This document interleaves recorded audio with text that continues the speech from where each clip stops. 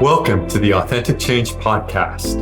I'm Mike Horn, your host, and this podcast is for leaders and coaches who need and want fresh perspectives on what it means to live and to lead authentically. You're a leader who wants to make a difference, but sometimes you feel stuck. You know there's more to life and to leadership than what you're currently experiencing. It can be tough to figure out how to grow as a leader. You might be reading all the blogs and books, but it still feels like you're not making progress. You might even be feeling like you're doing everything wrong. On Authentic Change with Mike Horn, we interview experts who share their insights on how to live and lead authentically. Our guests are trendsetters in building great leaders, teams, and organizations. We provide fresh perspectives on what it means to live with purpose and authenticity. Welcome to this episode of the Authentic Change Podcast. Welcome to this episode of Authentic Change with Mike Horn. I am absolutely delighted to have in our virtual studio today Arsalan Al Hashimi. And I'm particularly attracted to him because of what he'll bring to everyone in the audience today. He is a high-performance master coach who works with professional athletes and ambitious leaders as they ascend to their next summit. And who wouldn't want to do that?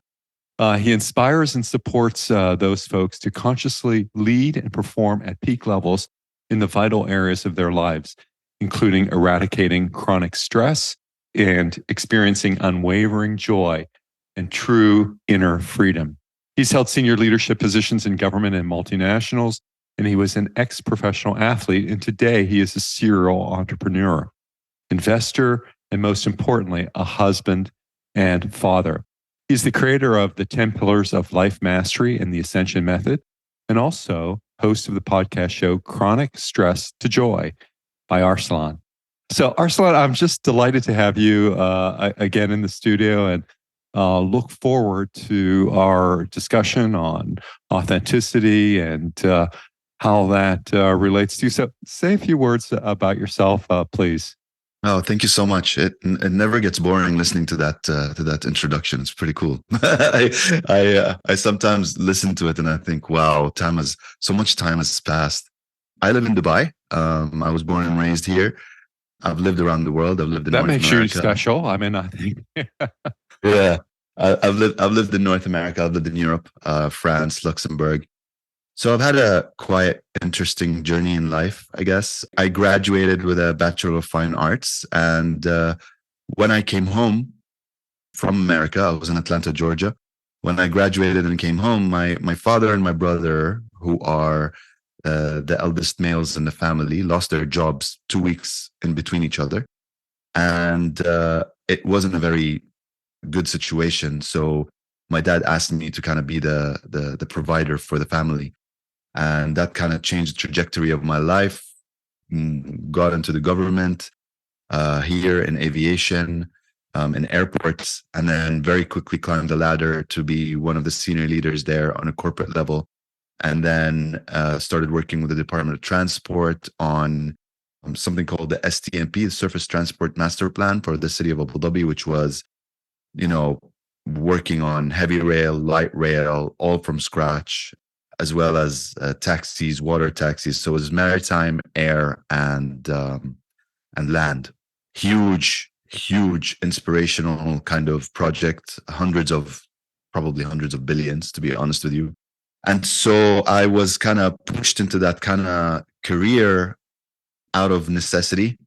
And then I left the government and started working for corporate. I ran multinationals. And I guess my interest in on the human performance side, and the leadership side and the corporate and government side came from that experience.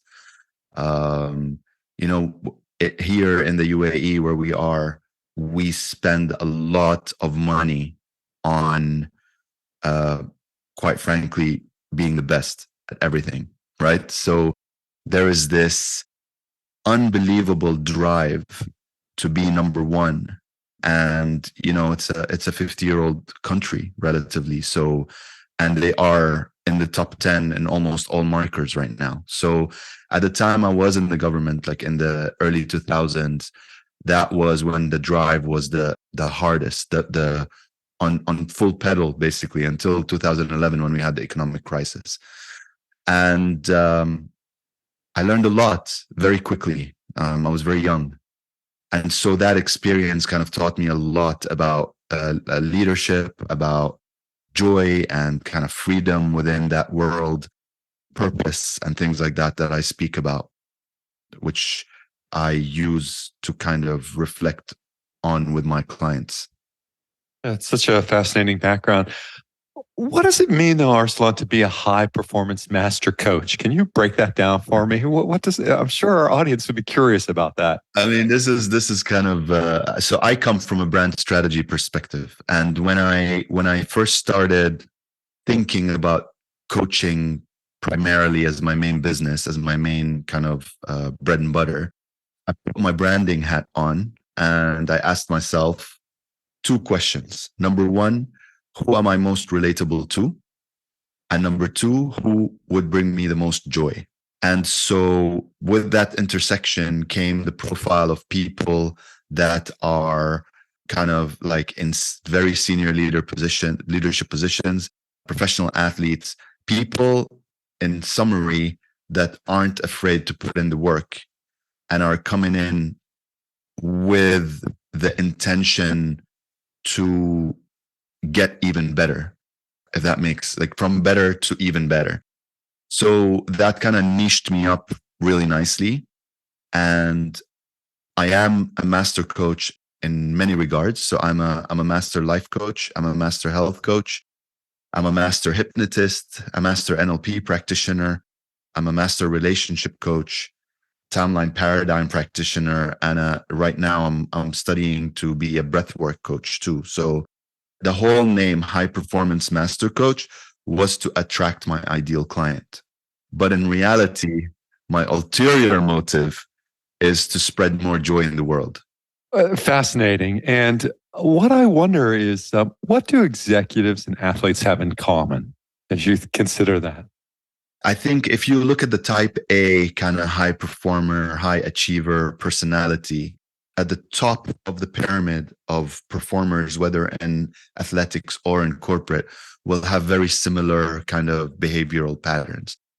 And they will also have very similar purposes behind why they are achieving at a very high level. And usually it's not a very positive reason. Usually it's a very kind of negative reason that they've been using as fuel to get to where they want to get. And where my sweet spot is people of that profile, so clients of that profile that are getting to a point in their life where they have reached kind of the pinnacle or about to reach the pinnacle, but have realized that that is not bringing them the joy that they've been promised by everybody. So, finish school, be the top at school, be the top student at school. And then once you finish, they say, no, you have to go to university and you have to be the top person in the university, valedictorian, magna cum laude, all that beautiful stuff. And then once you finish university, no, you have to start your career. And then when you start your career, it's not enough to be a manager. You need to be a director. When you're a director, it's not enough. You need to go all the way up to C-suite. Well, I mean, to be very honest with you, how many C-suites do we have in the world in comparison to the population? Not enough for all the people who want them. Yeah, exactly. And the same with athletics. How many top 3 in sports are we going to get? So there's always this point where people, let alone the people that don't make the top, the people that make the top get there, and at least the ones that come and see me, I would say most of them, and I'm included in that, get to that position and they're like, okay, we've been promised so much joy when we get to the pinnacle, and now I'm here and I'm more stressed out than ever.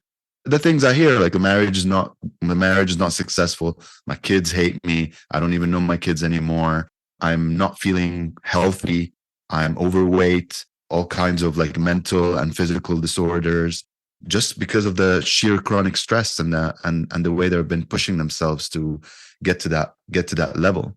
So many topics for us to explore and to consider. And I was thinking, as you launch this phase of your career, this phase of your life, you worked with at least two questions: to whom do you relate, and what brings you joy? And as who is relatable to you? How do executives find out about you? How do your clients find out about you? I'll be very honest with you. Until now, I've been practicing coaching professionally. So I used to coach before, but not full time professionally for about 5 years now. Almost 85% of my clients have come through word of mouth. I am at the top level in terms of financial and time commitment. And so it's not a numbers game for me. And that allows me to work with a few clients very deeply. And so I haven't had to go to market in a way that mass market myself. It's a very, very niche market. And, I'm in a city where there are a lot of these people. I don't know if you know, but we have the biggest immigration of millionaires probably in the history of humanity happening right now here. Yes, I am aware of that. Yes, right. Yeah. And so in terms of being in the right place, I'm absolutely in the right place, although we don't have a big population, but the percentage of people that can go for what I offer is quite high.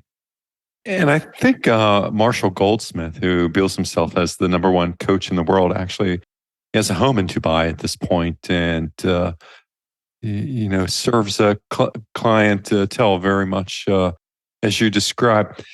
So as you think about this, I mean, what is it that brings you joy? What brings me joy at the moment is being absolutely unapologetically myself and finding things as an extension of that I can do or serve in a way that is kind of an outgoing, ingoing relationship of joy. If I would say anything, I would say joy is absolutely at the pinnacle of my purpose. And all my decisions in the businesses and personal come from that perspective. So if it doesn't bring me joy, I will not do it. If I have to do it, I pass it on to somebody that enjoys it. That's my prerequisite. Whoever works with me needs to enjoy what they're doing within the business, but they also need to enjoy the business as a whole, changing people's lives and transformations and stuff. Because as you know, sometimes it can get pretty frustrating and emotionally taxing. And I think about many of the clients I serve as a coach, and even as an organization development consultant. Many of them are seeking some sort of improvement. They haven't found joy. One of my mentors used to say that one of the purposes of coaching was to eliminate suffering. I think it's very different than that. I think it's about finding happiness, to instill that. So how do you reconcile that? Because many people aren't in joyful places when they seek coaching for professional development and growth. You said they aren't in joyful places? Aren't in joyful places. Yeah. I mean, look, I was explaining earlier that everything I do and the way my brand has been formulated from day one was to attract that kind of client. So I purposefully did not say I'm a joy coach, because that type of clientele will not even consider me. What they want is they want to get better, full stop. Egoistic kind of approach of I want to get better, but I'm in a place where I don't know how to get there. So to me, it wasn't about how I wanted the people to perceive me in general. I wanted to attract the right people. And to attract the right people, I had to have the right branding, right? This is just how my mind works, because I'm a brand strategist at the end of the day. This is how it works. Might be right, might be wrong, I don't know, but it's working pretty well. So within the first 2 hours where they're sitting here in the office, it's usually very, very clear to both of us that what they're after is actually joy. And in reality, that's what we're all after in all our actions. Joy, love. These are the kind of things that we are desperate for. And that's why there's so much negativity in the world right now, is because we've departed from that. So how do you, when someone approaches you with the idea of being better, and I don't mean in a rehabilitative sense, but in this, pursuit of happiness, joy, congruency, authenticity, however we might want to describe that. Where would you suggest a person start?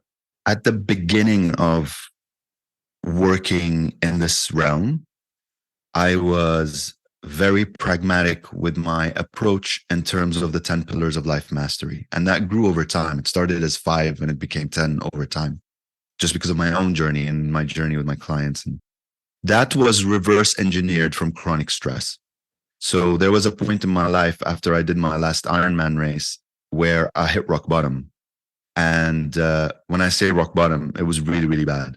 And so the only thing I was asking myself at that point is, how can I have more joy in my life? That's it. That's all I wanted. It didn't matter. I was ready to do anything. And so I realized that the reason why I got there was because I was burnt out and I was extremely chronically stressed. So I took all the steps I needed to kind of fight off chronic stress and come back to health. And then I realized that the result was more joy every day. The more I worked on myself and the more I took my life a lot more seriously and being very pragmatic and being very conscious. So the 10 pillars of life mastery is all about living consciously and sustainably and being conscious of all the pillars of your life and not leaving anything behind. Because as soon as you leave these things behind, you start stressing yourself out, and then that slowly becomes and turns into chronic stress. So when I work with my clients, the first thing we do is we understand, why don't they have joy, which is a very, very important question to ask in a very deep manner. What ended up happening after I developed the 10 pillars of life mastery was that I realized there was something missing. And for me, what was missing was what's happening on a subconscious level. Because you can try to do stuff consciously as much as possible, and we're all only 5% conscious. And if the 95%, there's a program in there that's working against your growth, against your intentions to be the best version of yourself, it doesn't matter what you do, you will always hit a wall. And that's what I found out after my race. And so that's why I got really kind of obsessed with this idea of the mind and the subconscious and the unconscious mind and the conscious mind. And I started studying about it. And that's the reason why I became a master hypnotist and a master NLP practitioner. It was just, honestly, I don't care about all these titles. It doesn't matter to me. It was just seeking knowledge and understanding a little bit more about what was happening to me first.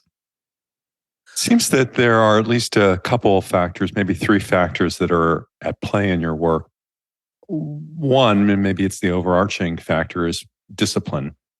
There's also a sense of consistency and persistency. How do you think about that relative to the executives you coach? I think those words are very dangerous in the context of the people I work with.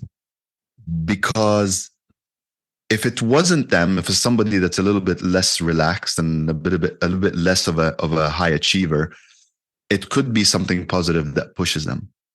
But I find that with a lot of the high achievers I work with, this is kind of the source of their problems and the source of their stress, is that they've been taught that they have to be very regimented, very processed, very kind of, and they forget that. And I was there. I'm not saying I wasn't. That at the end of the day, you are going to get what you're going to get at the end of the day. And no matter how many goals you set, eventually they're either going to happen or they're not going to happen.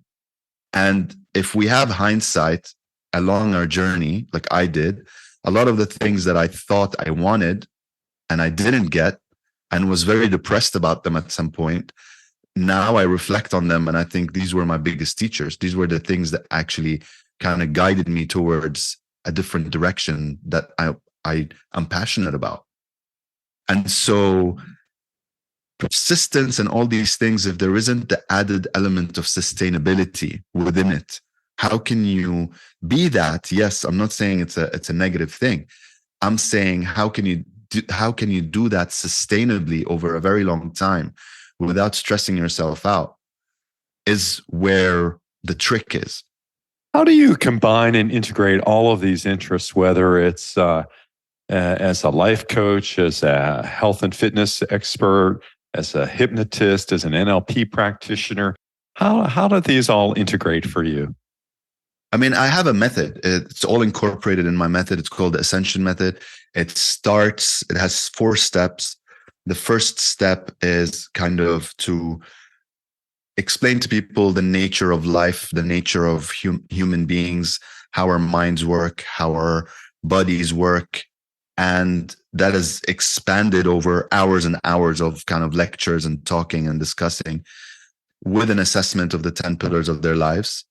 And then we move into a phase where we kind of reprogram the subconscious limiting beliefs and stuff that are associated with their problems.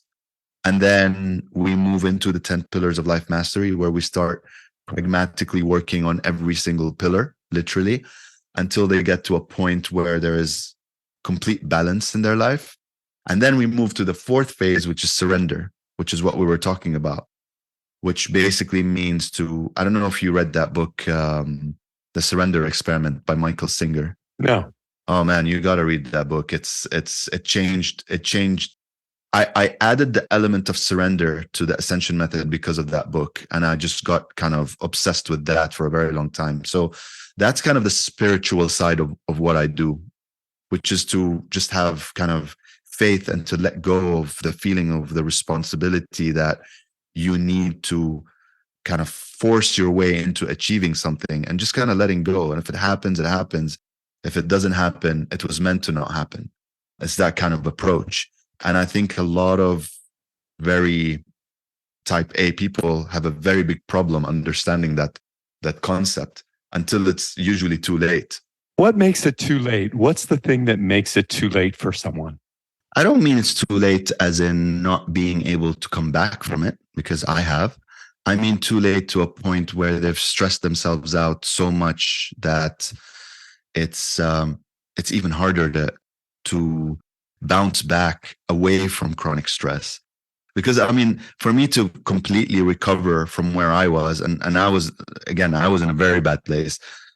It took me almost 2 to 3 years to fully recover, to fully get my adrenals back to normal, my hormones back to normal, my peace of mind, to actually really know who I am and what I stood for and what I want to do in the future, and be a better husband, be a better father, all of these things.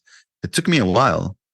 And, I think if I had somebody like me that could have helped me earlier on realize why I was doing this to myself in the first place, why I was pushing myself to such crazy limits, it probably wouldn't have happened. And if it wouldn't have been that far into the chronic stress I was in. As I understand stress, there are 2 types. One is distress and the other is eustress. I mean, the positive feelings that might, coming with a new boyfriend, a new girlfriend, birth of a child, and there's distress. I mean, that comes from so many events: overwork, overeating, underexercising, however you want to consider it. Do you find sometimes that people are coming to you with extreme eustress? I mean, extreme positivity that seems not in parallel with their universe? Yeah.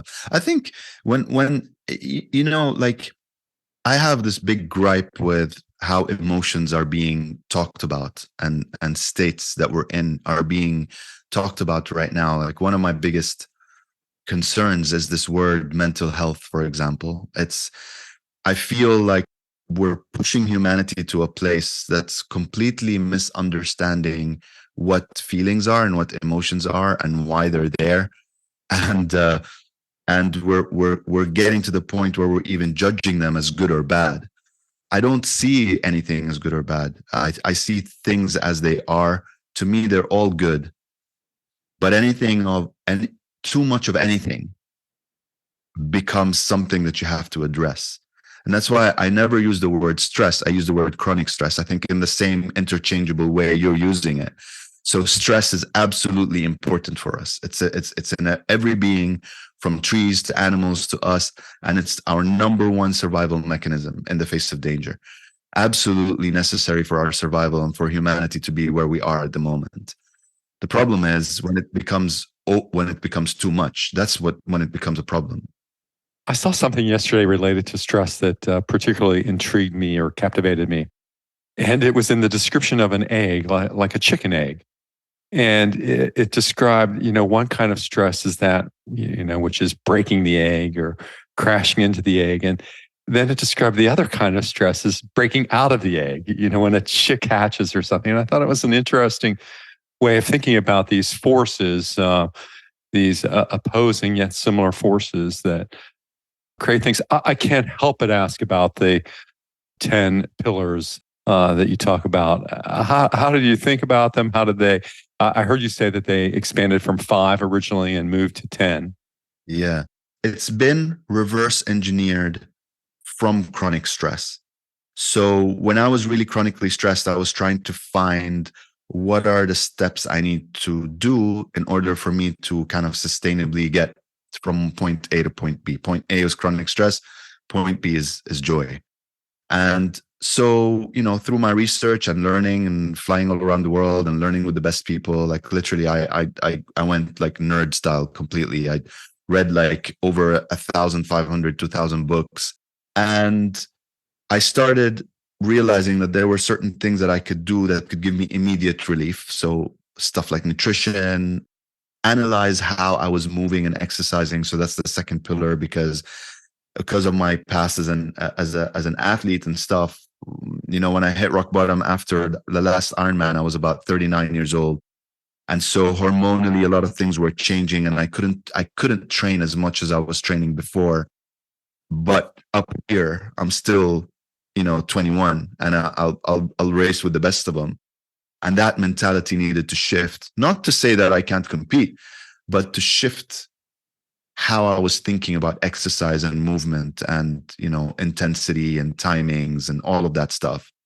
So that was number 2. And then slowly these 10 pillars started expanding into more and more and more pillars. The more I started feeling, okay, I'm ready to take on a little bit more. Okay, I'm ready to take on a little bit more.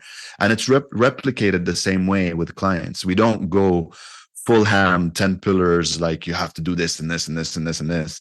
We start slowly with the little things that we can fix very slowly, sustainably. And that's why the Ascension method is like almost a 1-year program. Sustainability, again, is very, very important. So we have to find not only the stuff that you're going to be able eventually to do every day, but enjoy doing every day. So for spirituality, for example, is one of them. I teach spiritual practices like meditation, breath work, different types of prayers and things like that. And within that, I teach many different types. And so some work for some people, some don't work for some people.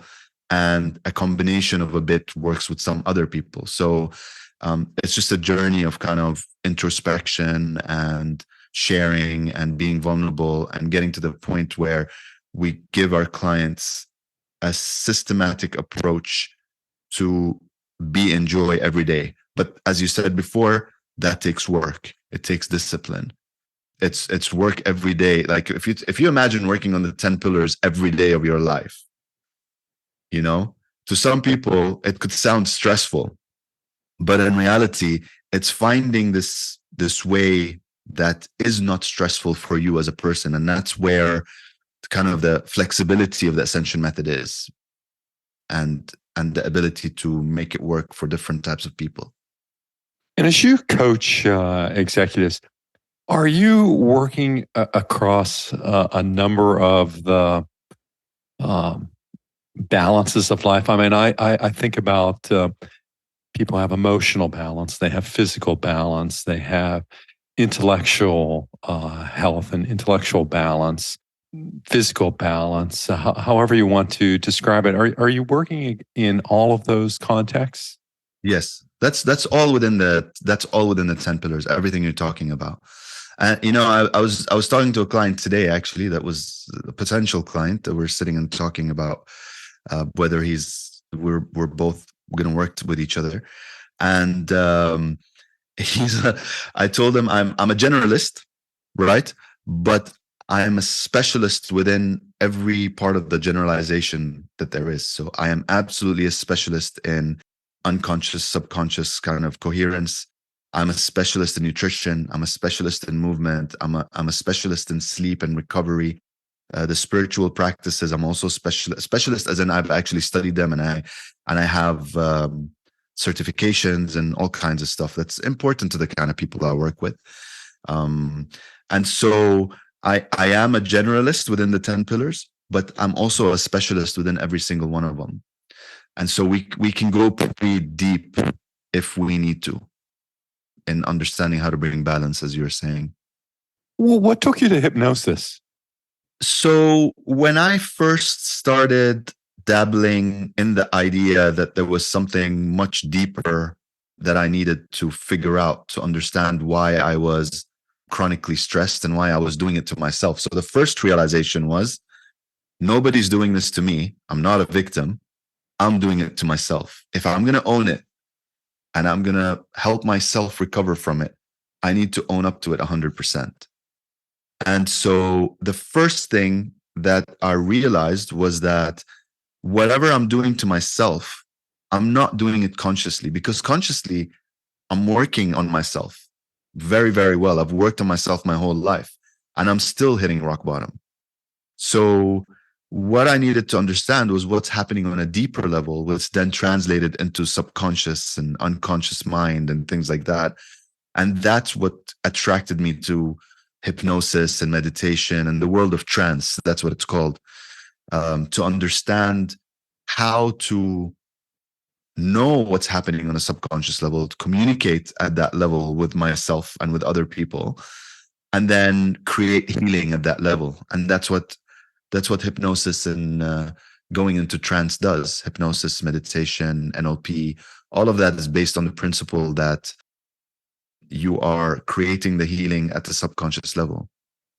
You know, it's so amazing. And what a way that you're helping folks, Arsalan. And members, folks in the listening audience can find out a lot more about Arsalan at arsalan.co and learn about him. It'll be in the show notes, as well as some other places where you can find out about him and his work. But I encourage everyone to visit arsalan.co as a way of learning learning about him, how to work with him, and about the kinds of successes that he's creating with others. And as you've been a high achiever all of your life, how do you think about that in the context of your coaching work today? Have you reached some pinnacle, or how do you think about that, Arsalan? Oh man, my coach, I have a coach, and my coach is asking me, when am I going to stop trying to get better? Where I am, I think people tend to believe that coaches are people that have figured it out. And I absolutely, the more I learn, the more I realize I don't know anything. So that kind of perspective, and because of who I am, keeps me very, very hungry to learn more and more and educate myself more. But at some point, it starts becoming counterproductive and counterintuitive, because I'm standing in the way of my own growth as a coach. Because that feeling of I don't know enough sometimes makes me second guess what I'm doing. And I think that's the high achiever part of me that kind of comes out sometimes, which is, self-judgment on how much do I know versus what I'm preaching and what I'm trying to talk about and how I'm trying to work with people. So that's where it comes out with me, this absolute kind of pursuit of excellence, which is a double-edged sword, I guess. Well, and so many of the concepts that you're dealing with in the ascension method, flow and shift and evolution and mastery, are really big concepts to grasp and to put a hand on. How do you invite people into that method? Very slowly. As I said, it's a 1-year journey, right? And everybody comes into it from a different perspective, from a different background. I've worked with everything from extremely very, very educated to high levels, like double, triple PhD scientists that are atheists, that don't believe in anything except, scientific evidence, all the way to people that are extremely religious fanatics, like literally, and everything in between. And to be very honest with you, what I speak about is truth, and irrefutable truth on a spiritual and scientific level. And I back everything up with evidence. So nobody can run away from it.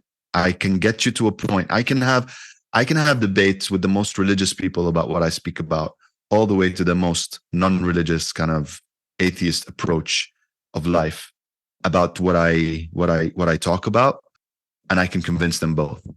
So there's a lot of like quantum physics and quantum mechanics involved. There's a lot of neuroscience involved. There's a lot of very different extractions of spiritual teachings involved. And so I also have to be very, I guess where my strength is being able to read people and what's going to work for the individual person very quickly. Yeah, I find that true in my work. I'm fortunate, blessed to work with very accomplished people, many of whom are distinguished engineers or distinguished scientists, people who are doing a lot of great things in the world and have had a lot to offer to the world. And one of the aspects that I bring to those relationships is this element of candor, to speak my truth, to confront power and authority, and to find that in the moment of doing it. And it sounds like in some ways you're incorporating similar practices into your work with others. Yes, absolutely.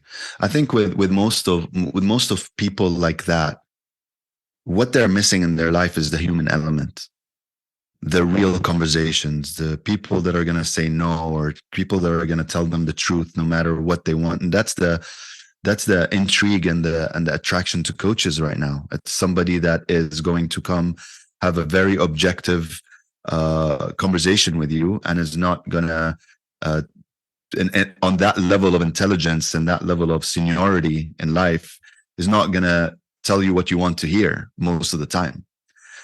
So I think that type of profile is very refreshing, and it opens up their mind to different possibilities and things that they're usually so narrow-minded about, because they're surrounded by yes people that don't challenge them to expand their horizons and kind of open up this tunnel vision that they're in whatever subject they're in. Because a lot of these guys are super specialists, and they're so tunnel visioned into like a molecular level, and they're specialists at that level of molecular kind of intensity. And so, everything else is lost. The rest of life is kind of lost to them, because they're so focused on this single thing. And so I guess that's why people like you that can lead with candor and authenticity is an attractive coach to be working with. I've been reflecting on this since yesterday, when I had a conversation with a very accomplished person, an MD, PhD, is doing some remarkable things in the world. And we were into the blame frame. He was into the blame frame about progress. I posed a question to him. I said, do you think these issues just started when I showed up? And I've been reflecting on that and thinking about that question and how productive it was, or how meaningful it was. And I don't have an answer on that yet, but it, to me, brought into perspective another dimension. Yeah, I can see that. It's a significant question. I mean, regardless of whether you think it's a quote unquote good question or not, it's a challenging question for both of you, I guess. Sure. Absolutely. One of my teachers once told me that we are in a profession where we are so lucky to be getting paid to witness our own growth. It's like, because whoever comes and sits in front of you is a mirror reflection of you. Everything in life is a projection of our internal conditions. And so, it's a very intriguing. I work with coaches, so I coach coaches, and I tell them, notice the kind of people that come into your life. because they need coaching, are usually reflecting a problem that you're going through somehow at a deep level. And you'll see that by helping them heal from it, you will also heal from it. So it's a wonderful opportunity. And I guess sometimes these instances that happen with our clients that kind of open up our minds and challenge us in a way as an opportunity for us to also grow.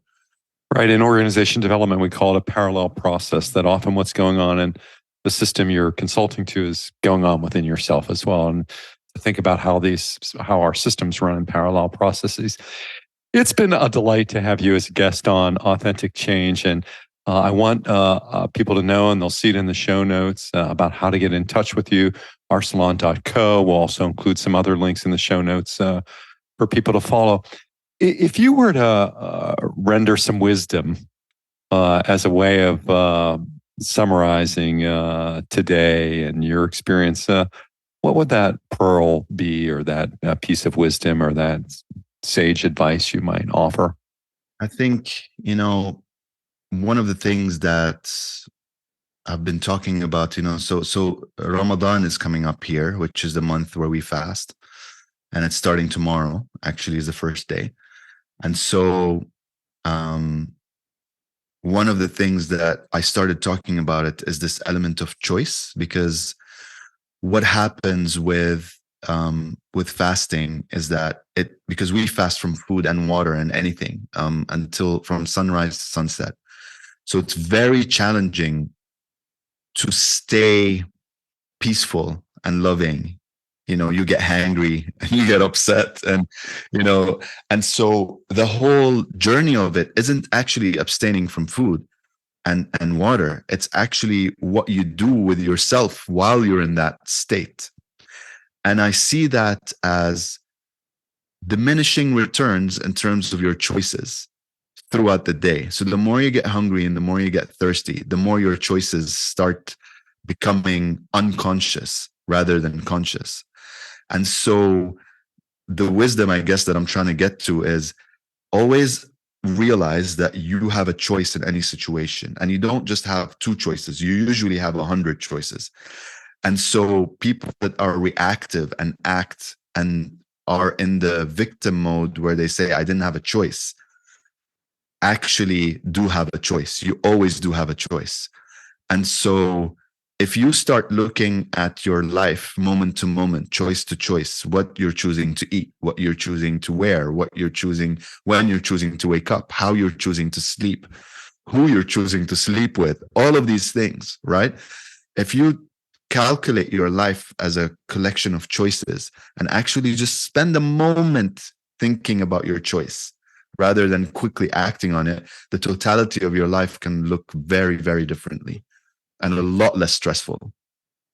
Thank you so much, Arsalan. Just what a joy to be in conversation with you, as and particularly expressive and reminiscent of what you bring to the world, this type of joy. So thank you so much. Thank you. Thank you, Mike. Thank you for having me. Thank you so much. And again, until the next episode of Authentic Change with Mike Horn, stay well. Thank you for listening to the Authentic Change podcast. I'm delighted that you've tuned in to listen. Please visit the show notes for links to topics discussed in today's podcast. To download a free ebook on authentic change and leadership and to subscribe to my newsletter, please visit mike-horn.com. Once again, mike-horne.com, mike-horn.com. Once again, thank you for listening to the Authentic Change podcast.